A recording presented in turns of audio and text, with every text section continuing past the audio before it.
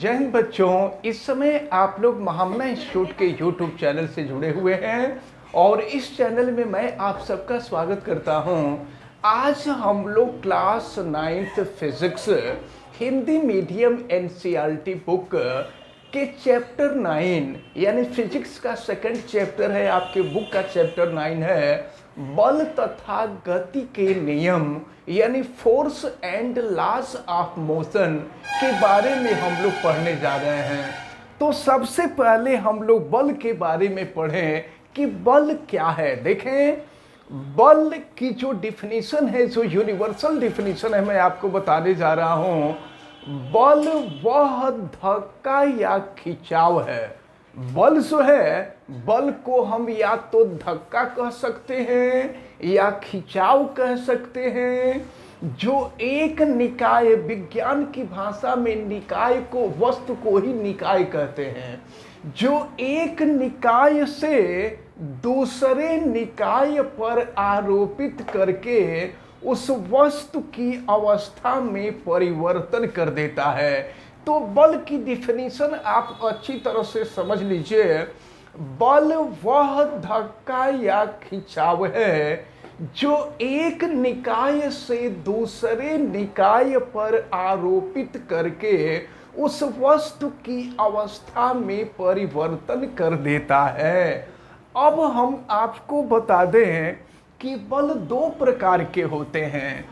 बल का जो पहला प्रकार है वो कहलाता है संतुलित बल, और दूसरा जो बल है वह है असंतुलित बल।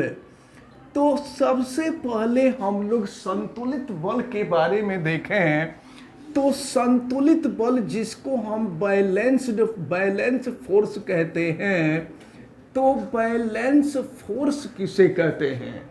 अगर आप यह मान लें कि कोई वस्तु है और उस वस्तु पर कई बल लगे हुए हों और अगर वस्तु की अवस्था में किसी प्रकार का कोई परिवर्तन न हो रहा हो, कोई वस्तु है और इस वस्तु पर चारों तरफ से कई बल लगे हों और इस वस्तु की अवस्था में कोई परिवर्तन न हो रहा हो, तो हम कहते हैं कि इस वस्तु पर लगने वाला जो बल है वो संतुलित बल है।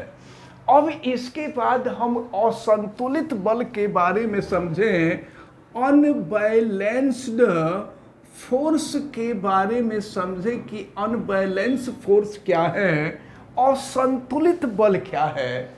तो मैं आपको ये बता दूं कि अगर किसी वस्तु पर कई बल लगे हों और बल की स्थिति परिवर्तित हो जाए, बल एक स्थान से दूसरे स्थान पर चला जाए, वस्तु विस्थापित हो जाए, तो दूसरे शब्दों में हम ये कह सकते हैं कि यदि किसी वस्तु पर कई बल लगे हों और वस्तु विरामावस्था में न हो, तो इस स्थिति को हम कहते हैं कि वस्तु पर लगने वाला जो बल है वो असंतुलित बल है। अगर वही वस्तु विरामावस्था में होती तो हम कहते कि उस वस्तु पर लगने वाला जो बल है वह संतुलित बल है। अब इसके बाद हम लोगों को गति के नियम के बारे में पढ़ना है। तो हम लोग इन तीनों डिफिनीशन के बाद हम लोग गति के नियमों के बारे में पढ़ेंगे। तो गति के नियम क्या हैं, यानी लॉज ऑफ मोशन के बारे में हम लोग पढ़ेंगे।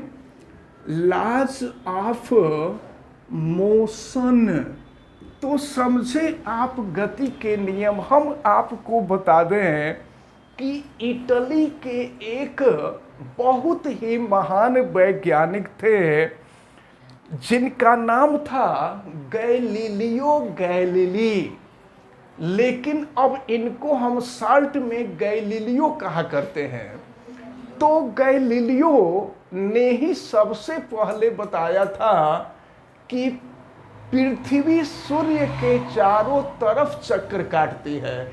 इनके पहले लोगों का मानना ये था कि सूर्य पृथ्वी के चारों तरफ चक्कर काटता है, लेकिन गैलीलियो ने ही बताया था कि सूर्य नहीं बल्कि पृथ्वी सूर्य के चारों तरफ चक्कर काटती है। तो गैलीलियो ने कुछ प्रयोग के दौरान कुछ नियमों के बारे में बताया और इसके बाद उन नियमों पर विधिवत वैज्ञानिक न्यूटन ने बताया। इसलिए गति के नियमों को न्यूटन के गति विषयक नियम भी कहते हैं। तो हम आपको बता दें कि गति के मुख्यतया 3 नियम होते हैं। प्रथम नियम होता है, द्वितीय नियम होता है, तृतीय नियम होता है।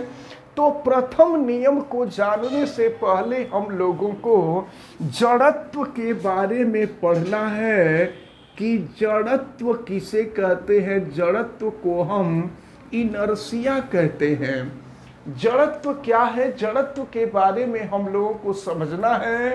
तो देखें, यदि हम किसी वस्तु पर बल लगाते हैं ना, तो वह वस्तु अपनी अवस्था में होने वाले परिवर्तन का विरोध करती है। ऐसा नहीं कि अगर मान लीजिए कोई साइकिल है तो उस साइकिल को हम धक्का दे दें और वह साइकिल तुरंत गति अवस्था में आ जाए, ऐसा नहीं होता है। जब हम धक्का देते हैं, जब बल लगाते हैं, तो प्रारंभ में साइकिल अपनी अवस्था में होने वाले परिवर्तन का विरोध करती है। या यही नहीं, अगर मान लीजिए कोई व्यक्ति खूब तेज साइकिल चलाते हुए आ रहा है और आप अचानक उस साइकिल को पकड़ लें और आप चाहें ब्रेक लगाना, तो साइकिल अपनी अवस्था में होने वाले परिवर्तन का विरोध करती है। तो किसी वस्तु का वह गुण जो अपनी अवस्था में होने वाले परिवर्तन का विरोध करती है, वस्तु के इसी गुण को हम जड़त्व कहते हैं। और इसके आधार पर गति के जो 3 नियम हैं, गति के 3 नियमों में से हम आपको प्रथम नियम के बारे में यानी फर्स्ट लॉ के बारे में हम आपको बताने जा रहे हैं। तो प्रथम नियम क्या है, जो वस्तु जिस अवस्था में रहती है वह उसी अवस्था में रहना चाहती है। यानी अगर कोई वस्तु विरामावस्था, जैसे मान लीजिए आप बैठे हैं तो आप बैठे ही रहना चाहते हैं। अगर कोई व्यक्ति आकर के धक्का दे देगा तो आप ऐसा नहीं कि बैठे हैं तो तुरंत गति अवस्था में आ जाएंगे। अगर धक्का दे देगा तो या तो आप उसकी अवस्था, आप जो है उसका विरोध करेंगे और विरोध करने की स्थिति में नहीं होंगे तो आप गिर जाएंगे। तो प्रथम नियम यही है कि जो वस्तु जिस अवस्था में रहती है वह उसी अवस्था में रहना चाहती है जब तक कि उसके ऊपर कोई बाह्य बल न लगाया जाए। तो इस नियम को ही गति का प्रथम नियम कहते हैं। और चूंकि जड़त्व की भी परिभाषा यही है, इसलिए गति के प्रथम नियम को हम जड़त्व का नियम भी कहते हैं। तो इस प्रकार आज आपको जो महत्वपूर्ण डिफिनीशन बताई गई हैं, उनमें आपको बल बताया गया है, संतुलित बल बताया गया, असंतुलित बल बताया गया, और फिर आपको जड़त्व के बारे में बताया गया, और गति के नियम में गति का प्रथम नियम आपको बताया गया। हमें उम्मीद है कि ये जो जितनी डिफिनीशंस आपको बताई गई हैं, ये सभी डिफिनीशन आपको अच्छी तरह से समझ में आई होंगी। आप वीडियो को लाइक ज़रूर कीजिएगा, और अगर चैनल पे नए हैं तो चैनल को सब्सक्राइब भी कर लीजिएगा। चैनल सब्सक्राइब करने के लिए यूट्यूब पर महामना इंस्टीट्यूट को सर्च कीजिए और फिर रेड कलर के सब्सक्राइब वाले बटन को क्लिक कर दीजिए, चैनल सब्सक्राइब हो जाएगा। अगर किसी प्रकार की कोई दिक्कत समझ में आती है तो आप हमें कमेंट करके जरूर बतावें। वीडियो को मैक्सिमम स्टूडेंट तक शेयर करें ताकि अधिक से अधिक लोग इसका बेनिफिट ले सकें। और अगर कोई दिक्कत होती है तो कमेंट करके आप हमें बतावें भी, और बेल आइकन को भी प्रेस करें तथा उसको ऑल पे कर दें ताकि प्रतिदिन पढ़ने वाले वीडियो की सूचना आपको मिलती रहे। आप सभी लोगों का बहुत बहुत धन्यवाद। जय हिंद।